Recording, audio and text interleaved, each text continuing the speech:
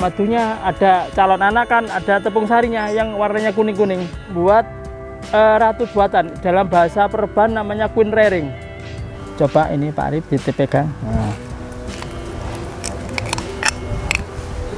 Nah, ini dimakan, ini madu semua. Nah, ini disesepi.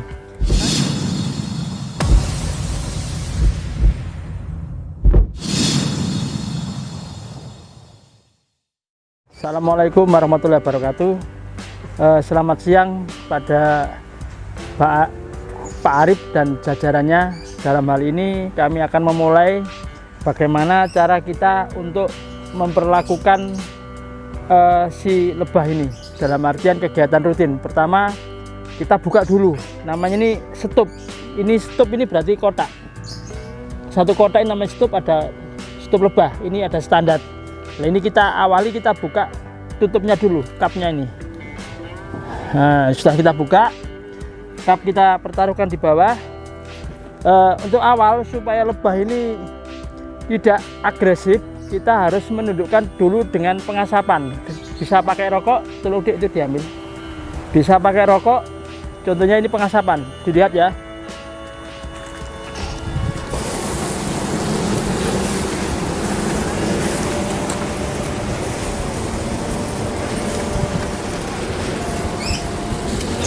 Nah, setelah kita asapi berarti dikondisikan lebah sudah nggak agresif, maka kita akan buka. Contohnya kalau tidak pakai rokok ya tidak bisa merokok, pakai ini.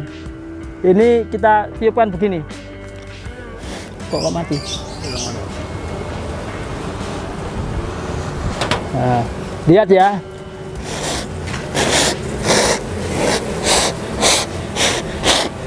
Sudah kita buka. ID cover namanya, ini setelah tutup ada ID cover, tutup kedua. Nah ini, nah sudah nggak galak toh. Nah ini ditaruh dulu, lebah kita angkat, kita pegang, sudah nggak nyerang, aman. Kita taruh, baru kita pakai namanya alat. Coba Dik dibuka satu. Nah dibuka ini.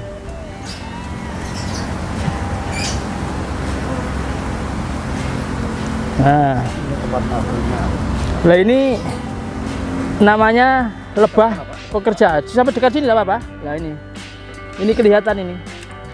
Ini ada madunya. Nah ini sudah ada madunya.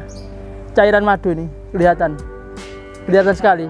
Pak Arif kesini tidak apa-apa, pegang. Sudah insya Allah sudah jinak. Pegang sini Pak. Pak Arif pegang dengan saya gitu. Pegang cek. Nah tidak apa-apa lah ini. Jangan sampai dilepas Pak Arif. Ini sudah tidak pegang aja. Dan ini lebah sudah jinak. Di dalam satu sarang ini terdiri ada madunya, ada bipolen tepung sarinya, ada broodnya, anak yang mau lahir, lengkap. Ini nanti saya tunjukkan mana ratunya. Ini namanya lebah bekerja. Ini aman. Bu Arif mungkin pegang, monggo bisa tak bantu. Nah ini mau jadi anak ini lah ini.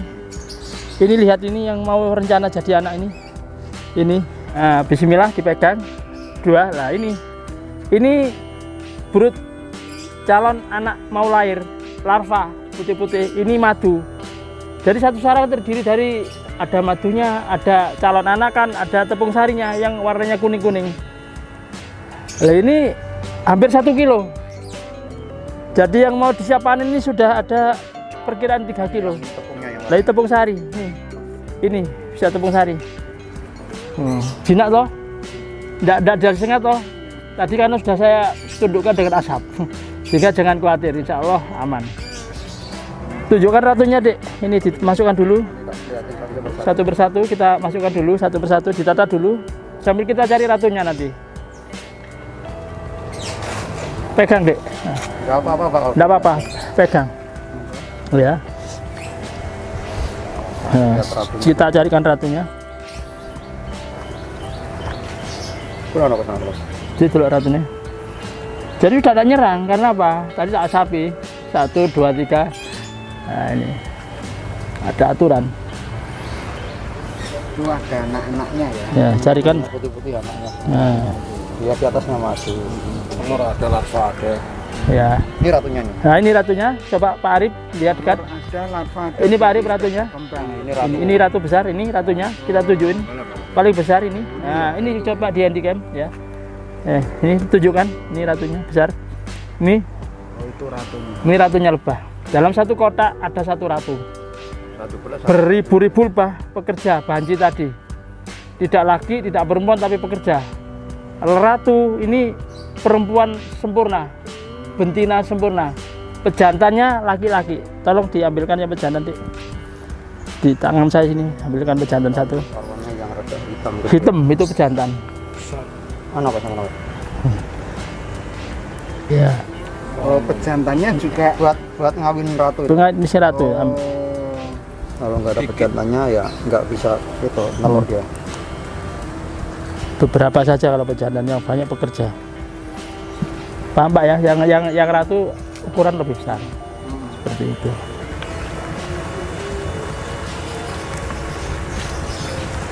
Kita mana nih? Jadi saya ulangi supaya lebah itu jinak, diasapi dulu 1, 2, 3 sampai maksimal 7 kali lah.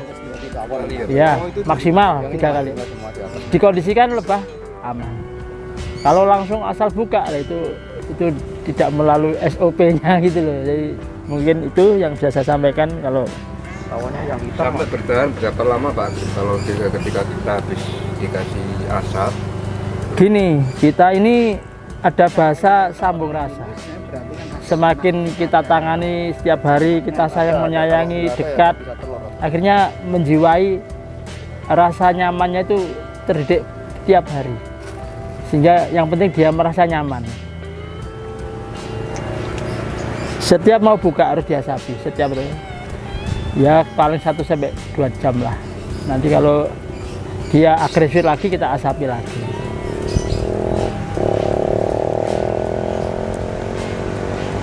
belum ketemu yang pejantan belum.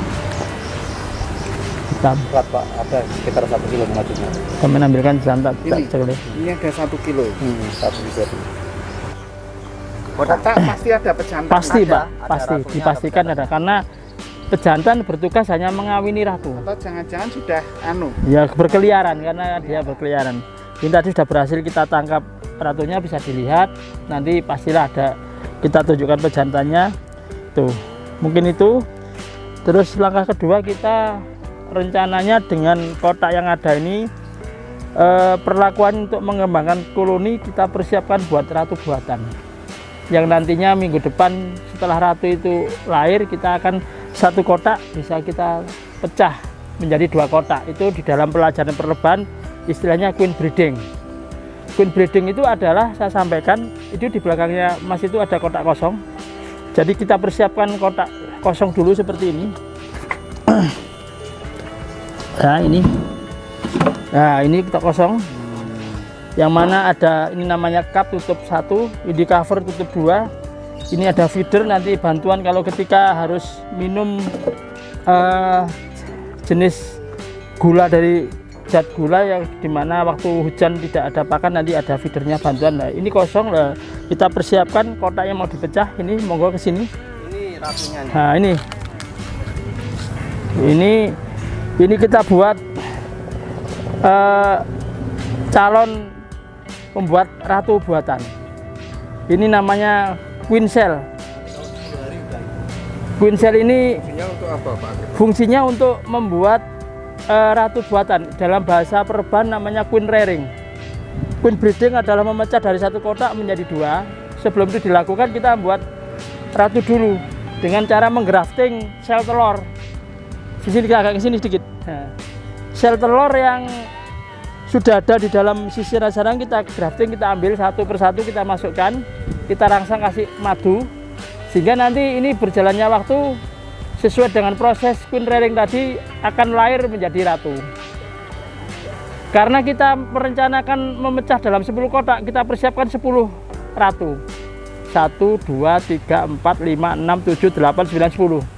Nanti pada saatnya ini lahir, dari hari ini sampai anggaplah kurang 10 minggu dari sekarang, 10 hari kita ralat ya. Dari sekarang sampai 10 hari ini dikondisikan sudah ada ratu yang bisa lahir ya.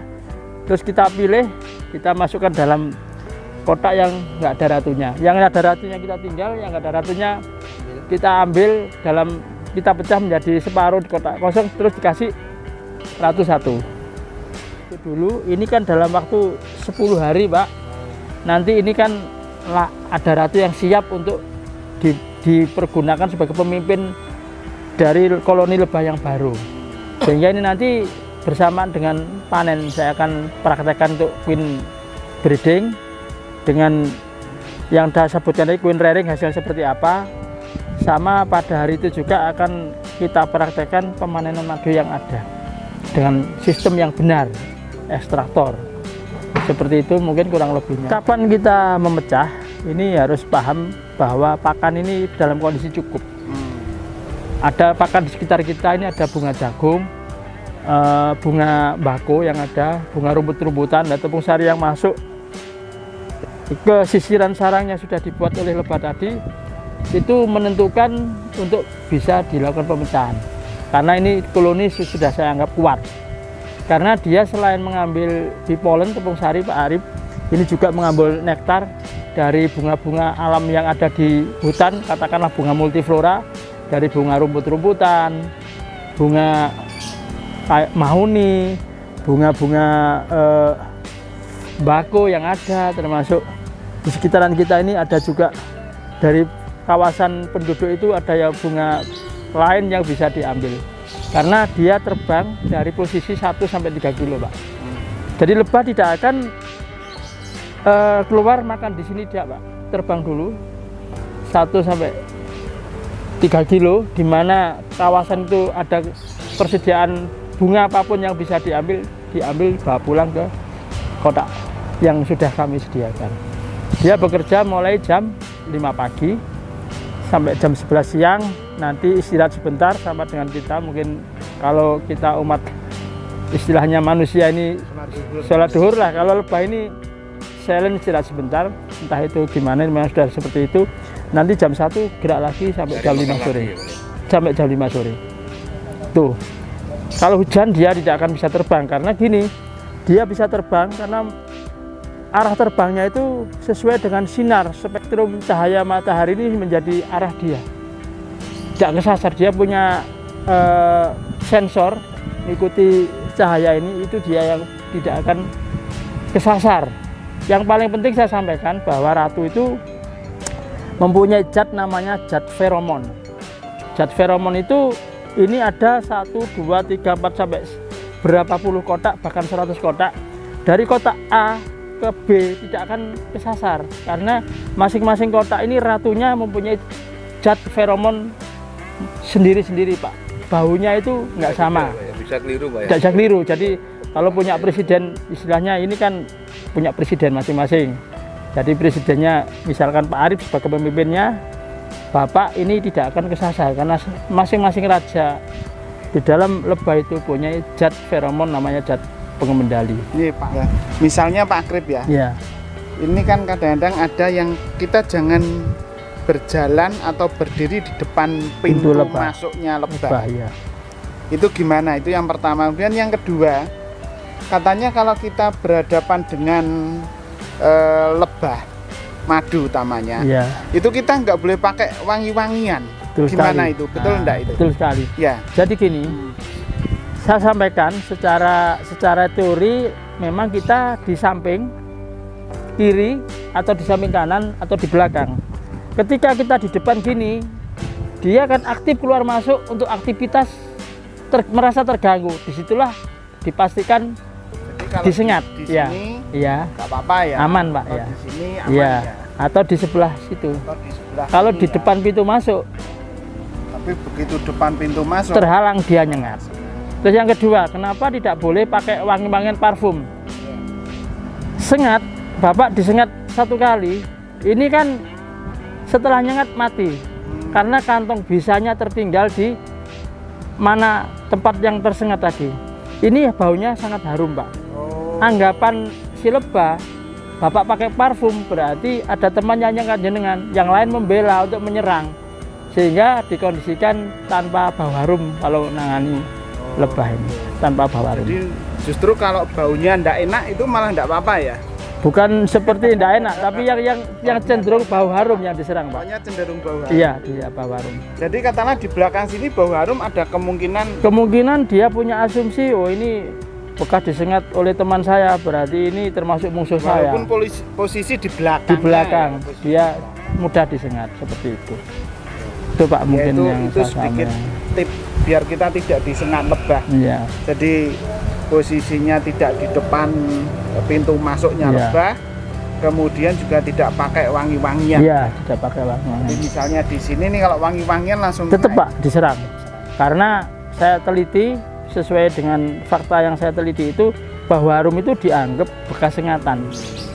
Kan semuanya harum Pak, karena makannya sudah bunga. Jadi harum bunga cenderung ada di lebah. Seperti itu Pak. Oke, Ya. itu sedikit Ya. tip terkait biar tidak disengat lebah. Iya. Yang paling penting diasapi tadi. Kan Bapak megang pun tidak ada serangan karena dia sudah kami lemahkan gitu ya. Itu lemah sementara gitu. Kita lakukan stimulan gula. Stimulan gula. Kita 1 kilo kita cairkan dengan air yang steril bersih, kita masukkan ke kotak lebah. Ini bisa untuk bertahan dia 1-2 minggu Pak Arif. Dalam posisi hujan ini dimakan. Sama dengan karakter orang-orang di zaman orang Belanda, orang di luar orang Jawa. Nggak ada roti, kita lebih baik mati. Sama karakternya. Karakteristiknya sama dengan orang luar negeri, sama dengan ayam Haruya. Kalau ada hujan, Iya. itu bertahan dengan hujan itu bertahan berapa jam? Selama dia tak dikasih stimulan gula, selama hujan pun aman karena dia selalu cenderung minum dan makan. Kalau orang Jawa kan kuat puasa, sama dengan ayam kita, ayam Jawa, ayam petelur sama. Jadi ini karakternya seperti itu. Jadi tidak ada pemahaman kita kasih gula dijadikan madu, tidak seperti itu, hanya bertahan saja. Bahwa lebah ini lebih cenderung terbang ke alam bebas, mencari multiflora, segala tanaman sesuai dengan ayat Al-Quran. Diperintahkan kamu lebah, terbanglah, ambil sari-sari bunga dari berbagai macam tanaman. Ambillah bipolen, tepung sari Pak, untuk pengembangan koloninya. Ambillah nektar untuk menjadi madu. Nektar itu berasal dari cairan manis dari segala macam bunga. Contoh, bunga randu, bunga kopi. Bunga randu penghasil nektar dan polen Pak, lengkap. Bunga kopi penghasil nektar juga polen. Bunga durian, bunga kelengkeng, bunga kaliandra, dan semua bunga yang ada di hutan termasuk rumput-rumputan itu lebah semua suka. Ambil itu, masuklah ke perut lebah sehingga menjadi madu. Maka keterangannya kalau mayoritas dalam 1 hektar ini randu total, maka dikatakan madu randu. Padahal tidak hanya minum randu. Katakan di sini 1 hektar ada durian. Jangan taruh lebah di sini, cenderung bicara madu durian. Ada namanya 1 hamparan nih mangga, maka di situ dinamakan madu mangga. Tapi faktanya juga bunga yang lain diambil. Jadi ini hanya kuantitas jumlah volume yang terbesar 70% di situ menjadi madu apa. Sehingga keterangan kami adalah jenis madu itu dari pakan yang diambil lebah. Jenis lebah saya terangkan, saya ulang, 1 Apis serrana javanica, tawon locok, tawon lokal, orang Sunda Nyiruan, sifatnya sama dengan orang Jawa, namanya lebah Jawa. Apis iya, itu lebah itu yang lebah Jawa. Apis itu serrana. Apis mellifera ini dulu sejarahnya dari Australia. Ini bibit unggul karena dia besar, makannya banyak, menghasilkan madu yang berlebih. Istilahnya 1 dibanding 4 Pak. Kalau ini Pak Grip Hama tadi Ya. ada tawon besar-besar itu. Nah itu namanya predator Pak. Nah, ini ganggu enggak ini? Ganggu Pak. Ganggu. Ganggu begini. Jadi itu memang sudah alam menakdirkan, ada predatornya. Lebah besar makan lebah kecil. Tapi perlu digarisbawahi, tadi saya pegang ratu. Ratu itu bertugas mengembangbiakkan koloni lebah. 1 hari dia bertelur antara 100 sampai 500 telur per hari, bahkan lebih. Sehingga regenerasi kematian itu lebih kecil dibandingkan lebah yang lahir. Karena dalam kurun waktu 1 sampai 21 hari regenerasi ini terus-menerus lahir. Seperti itu keterangan kami. Pak Grip, Iya. dari 5 spesies Iya. tawon tadi yang Iya. paling dominan untuk produktivitas itu yang spesies yang Iya, saya terangkan ini pertanyaan yang luar biasa. Tadi saya sampaikan ukuran lebih mellifera besar. Terus dia di manajemen mudah jinak. Karakternya kan sudah saya bilang bahwa jinak asal pakannya ini cukup, kita kendalikan dengan baik, ini bisa di manajemen dalam satu kotak menghasilkan minimal satu kali panen itu 3 kilo. Sampai satu kotak minimal sampai 5 kilo. Berarti bisa kita hitung apabila jumlah luasan hektar ini, katakanlah ini kan sudah ratusan hektar Pak yang di kawasan hutan ini. Kita cuma ada berapa ini, hanya berapa kotak. Ini sudah tercukupi Pak. Artinya jumlah pakan itu menentukan dari jumlah produksi. Seperti itu. Karena dia jam 5 sampai jam 5 sore aktivitas Ini bekerja. kayak bunga gini ini ada enggak ini? Ada ini. Lah, juga ini bisa bisa dimakan, ini termasuk lah ini. Ini. Ini ada mengandung tepung sari. Mm-mm. Terus rumput-rumputan yang disedot manis itu juga bisa. Pokoknya semua bunga itu menghasilkan ada bipolen, ada nektar. Jadi cairan. gini pun juga ada ya? Ada manfaatnya. Bunga matahari bagus, bunga jagung, bunga randu. Dari 5 tadi nomor 1 Apis mellifera Mas. Nomor 2 Apis serrana javanica. Nomor 3 Apis florea Mas. Lebah kelanceng. Yang paling besar lagi lebah Apis dorsata, lebah hutan. Sementara ini belum bisa menundukkan kita. Cuman pawang-pawang rekan kami dengan cara dibakar. Sehingga kalau sudah terbang lari kita panen madunya. Karena dia sekali kali senat bisa mematikan. Itu sangat bahaya. Namanya Apis dorsata Pak. Tuh. Jadi kita ini sebetulnya potensi Jadi banyak ya. biasanya enggak ada madunya tapi tetap begitu Iya. Ambil tetap ada manfaat ya, bagi semua bunga, bisa manfaat untuk lebah. hanya kering gini ya. Iya kelihatannya, tapi karena lebah ini sudah sesuai dengan perintah ayat suci Al-Quran diterangkan, ambillah sari-sari bunga dari bermacam-macam bunga yang ada di hutan atau di perkebunan, di tempat pertanian, sehingga dia berkali-kali ambil, tidak satu kali, dalam pagi sampai sore. Di situ kehebatan lebah. untuk ketahanan hidup Iya. ratu lebah itu kira-kira sampai dibutuhkan waktu berapa lama Bang? Ada masa produktif ratu itu. Ratu itu yang dimaksud masa produktif, dia masih sehat, dia masih muda, bertelurnya luar biasa, namanya produktif. Ratu produktif itu maksimal kalau lebah Apis serrana sampai 1 tahun. Kalau ini minimal namanya produktif antara 1 sampai 5 bulan sudah perlu ada regenerasi lagi karena dipacu untuk produksi yang lebih banyak. Bertelur untuk mengembangkan koloni tadi. Kalau lebah Jawa itu cenderung alami.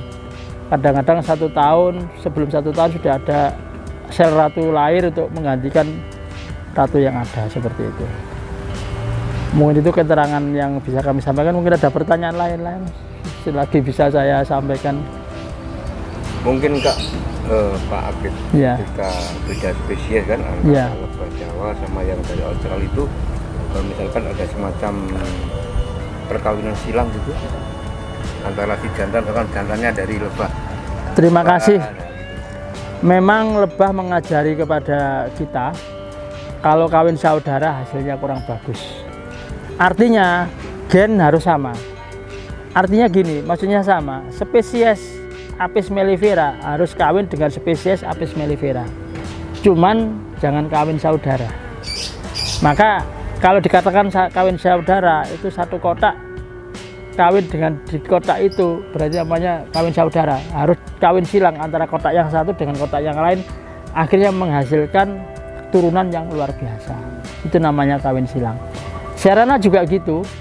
Serrana spesiesnya sama-sama serrana, tapi kotak yang serrana yang satu dengan serrana lain ini lain kotak, masih seperti itu kawin Nggak silang. ada ya yang dari lebah ini Ya, itu yang ke sana Nggak. atau yang sini ke nah sini itu nggak ada ya? luar biasanya disiplinnya lebah di situ Pak.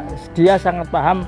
Ini koloni ini termasuk spesiesnya Apis serrana, saya spesiesnya Apis mellifera.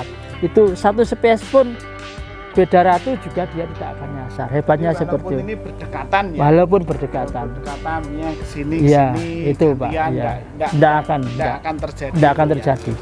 Kenapa lebah itu sampai kadang-kadang terjadi tukaran apa istilahnya, perampokan makanan? Karena kondisi alam pakannya kurang. Sehingga lebah itu bisa dirampok. Lebah yang satu merampok yang lain untuk madu di dalam, saling berebut karena pakannya jelasnya kurang.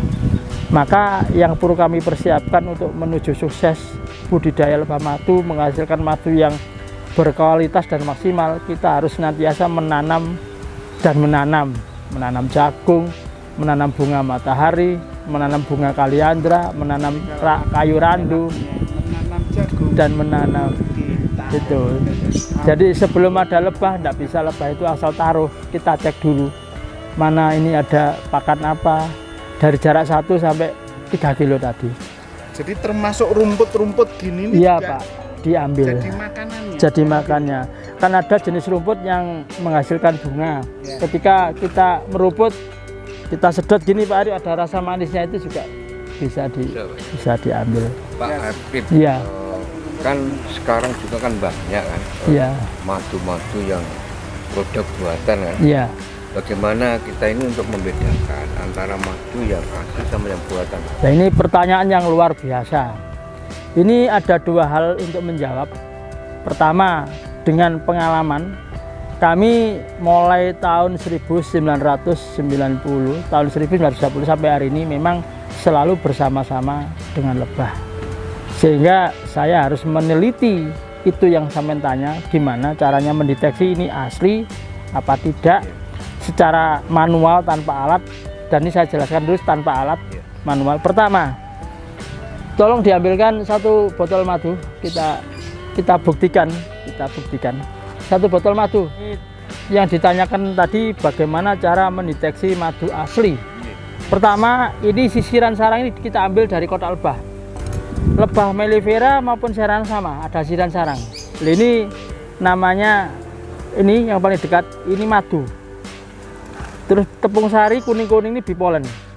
Nah, yang tertutup ini anak larva. Maka yang madu ini nanti kita potong seperti ini. Nah, ini nanti bisa dimakan langsung. Coba ini Pak Arif dipegang. Nah, ini dimakan, ini madu semua. Nah, ini disesepi. Nanti adalah ya disesepi. Ketika bicara madu mengalami proses secara manual, Madu. dimasukkan kain kasa, disaring atau diperes, itu bahasa Jawanya, itu juga cairannya madu keluar. Tapi dalam skala besar yang Apis mellifera nanti ada waktu pemanenan, kita tunjukkan ada alat namanya ekstraktor. Saya coba ya Pak Krim. Ya. Ini langsung disesep ya? Disesepi, itu ada propolis masuk, ada madu. Itu nanti diekstrak, ini keluar cairan berupa madu ini. Pertanyaannya, gimana mendeteksi madu asli? Ini kita lihat lah ini. Dari warna. Warna ini menentukan dari bunga. Warna yang rata-rata seperti ini, ada bunga akasia, ada bunga mangga, ada bunga mahuni, ada bunga kopi cenderung coklat agak gelap. Manis. Atau bunga multiflora yang alam ini menentukan ada cenderung warna. Ini warna. Bunga kaliandra kuning, bunga kelengkeng kuning agak bening, bunga randu bening, baunya harum. Nah, untuk mendeteksi pertama kita buka tutupnya. Nah, ini bau bunga, harum bunga, bukan gula. Bisa dibuktikan Pak Arif di bau, bau wangi. Ya, berarti pertama bisa kita deteksi berarti nektar bunga. Karena masuk ke perut lebah dikeluarkan menjadi madu. Kita pakai sendok. Madu asli beraroma bunga, wangi bunga. Di bau Pak Arif juga wangi bunga. Pertama jawabannya aroma bunga. Kedua, dibuktikan dengan rasa. Diminum 1 sendok madu. Nah, monggo Pak diminum. Nanti yang menentukan aslinya itu yang sehat jadi saya ini. ya, ya. Nah, ini namanya kalau diminum madu rasa. Kalau madu asli di sini tidak akan serik, sakit atau menyengat batuk. Aslinya karena apa? Glukosanya madu itu beda dengan glukosa gula-gula buatan itu. Terus kalau antara kental dan encer, Kadar air, Pak. kadar air Kadar aja. air. Jadi Tapi menentukan asli atau tidaknya dari encer dan kental enggak? tidak, Pak. Enggak. Kalau madu belum nutup itu dipanen, sisiran sarangnya belum nutup dipanen, kadar air masih tinggi, sehingga busanya terlalu naik, itu namanya fermentasi. Yang bagus itu kadar air 17, 18 sampai 20, 21. Jadi kekentalannya itu. Terus tadi saya jawab rasa, di sini tidak sakit, menghangat, pasti menghangat. Berarti tadi jawaban saya aroma wangi bunga, rasa tidak bertentangan dengan serik dan lain-lain, itu namanya madu. Pembuktian ini rutin diminum mau tidur atau 2-3 kali, pagi, siang, sore, habis hanya sepertiga ini. Ditentukan punya jam terbang ke kamar besar untuk pembuangan kotoran. Kita ini ada istilah ekskresi. Jadi sebagai steril di dalam tubuh, apa yang kita makan, kita konsumsi dalam 1 hari yang kiranya tidak manfaat dibuang oleh apa yang namanya enzimnya, dibantu pengeluarannya. Misalnya pengeluarannya itu tepat jam 5, 6, 7 pasti. Jadi itu apa ya, kalau disampaikan jelasnya gimana Pak Arif itu? Itu Saya merasakan ini nikmat sekali. jadi pembuangan kotoran di dalam tubuh manusia ini akan terjadi rutin per hari, tepat pada jam antara jam 7, jam 8, paling siang jam 6, sehingga tidak ada yang tidak bisa terbuang. Artinya bisa membantu untuk mengirim zat-zat yang bisa dibutuhkan oleh tubuh habis oleh darah, dibantu oleh madu ini. Karena madu juga mengandung sukrosa, glukosa, fruktosa. Glukosanya madu bisa dihabiskan 100% oleh darah. Maka apabila dalam proses pencernaan kita mengkonsumsi makanan apapun 1 kali 24 jam yang tidak bisa dihabiskan atau tidak terpakai, itu pasti akan keluar lewat kotoran setiap jam pagi. Ini Pak Grip, kalau saya makan gini, ini kan ada madunya, atau ini ada tempatnya lebah. Iya. Ada kemungkinan lebahnya ke sini enggak? Kemungkinan, Pak. Kemungkinan. Iya. Wah, jangan-jangan nanti terus lebahnya pada ke sini semua ngentup saya nanti. Enggak, kan di sini dengan lebah yang ada di sekitar kami ini jumlah pakan yang ada itu cenderung tercukupi, sehingga dia tidak akan nyerang. Kalau di sini tidak ada pakan, jangankan Bapak pegang madu, di tempatnya es tebu, gula-gula di pasar juga dikerumuni lebah. Berarti di lapangan ini kurang adanya Jadi nektar. karena di sini banyak makanannya, ya, cukup, berarti sehingga mereka kalau ada seperti gini-gini tidak akan diserang. Tapi kalau ini pakan kurang, dia cenderung mencari gula-gula. Berarti karena makanannya sudah lebih, biar ya ini saya makan aja gitu loh. Jadi itu Pak ya, Gitu. bau, aroma, rasa, dan pembuktian dalam tubuh ini bisa keseimbangan ini terjaga karena apa? Yang tidak dibutuhkan dikeluarkan, terus stamina dipastikan. Kalau rutin minum madu sehat, imun meningkat, stamina sehat, kita terjaga dari segala macam penyakit. Saya merasakan minum ini tadi ya, di tenggorokan enggak apa kata tidak sakit, tidak serik ya, tidak serik ya. Tidak serik. Coba jenengan minum gula atau makan gula langsung kan ada rasa di sini. Ini yang menjawab, sehingga aroma, bau, rasa, setelah itu pembuktian 1 minggu saja rutin, rasanya aman. Terus yang paling terakhir jawaban saya, siapapun orangnya, konsumsi madu asli tiap hari dijamin tidak akan kena penyakit mah. Jadi walaupun jenengan telat makan apa, dijamin tidak akan kena penyakit mah. Rutin karena ya? Rutin itu. Terus kedua, selalu semangat, energik. Ketiga, insya Allah aman dari penyakit karena madu sudah dari sananya ditakdirkan sebagai minuman kesehatan dan obat. Mungkin itu yang bisa kami sampaikan. Tapi nanti juga ada uji labnya Pak. Nanti ada di situ keluar glukosa, fruktosa, ada alat ini secara paling gampang untuk dipahami.